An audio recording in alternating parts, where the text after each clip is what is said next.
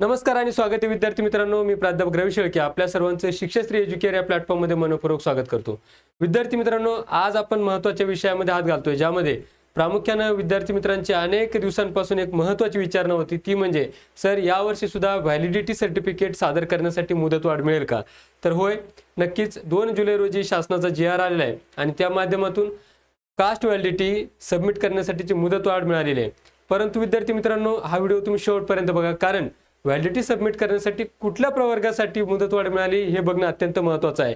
तर या व्हिडिओमधून आपण बघूयात की व्हॅलिडिटी सबमिट करण्यासाठी कोणकोणते प्रवर्ग त्यासाठी एलिजिबल आहेत आणि व्हॅलिडिटी सबमिट करण्यासाठीची डेट कुठपर्यंत एक्सटेंड झाली आहे याविषयीची माहिती आपण घेणार आहोत।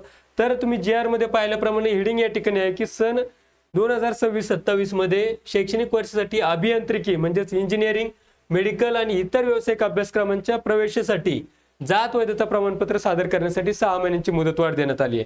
आता तुम्हाला हा प्रश्न पडतो की सर या प्रवर्गासाठी म्हणजे सर्व जाती प्रवर्गासाठी कास्ट व्हॅलिडिटी सबमिट करण्यासाठी मुदतवाढ मिळालेली आहे का?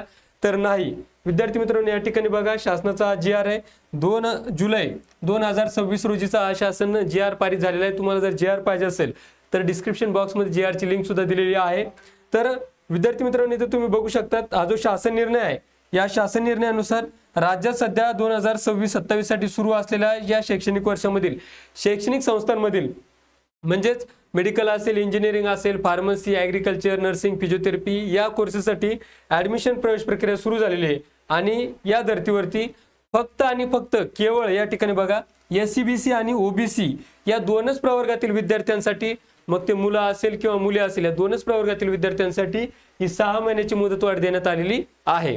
आता पुढचा प्रश्न असा असतो विद्यार्थ्यांचा की सर किती तारखेपर्यंत किंवा फॉर्म सबमिट केल्यापासून म्हणा किंवा ऍडमिशन घेतल्यापासून यापैकी कुठल्या डेट पासून 6 महिन्याची मुदतवाढ मिळेल?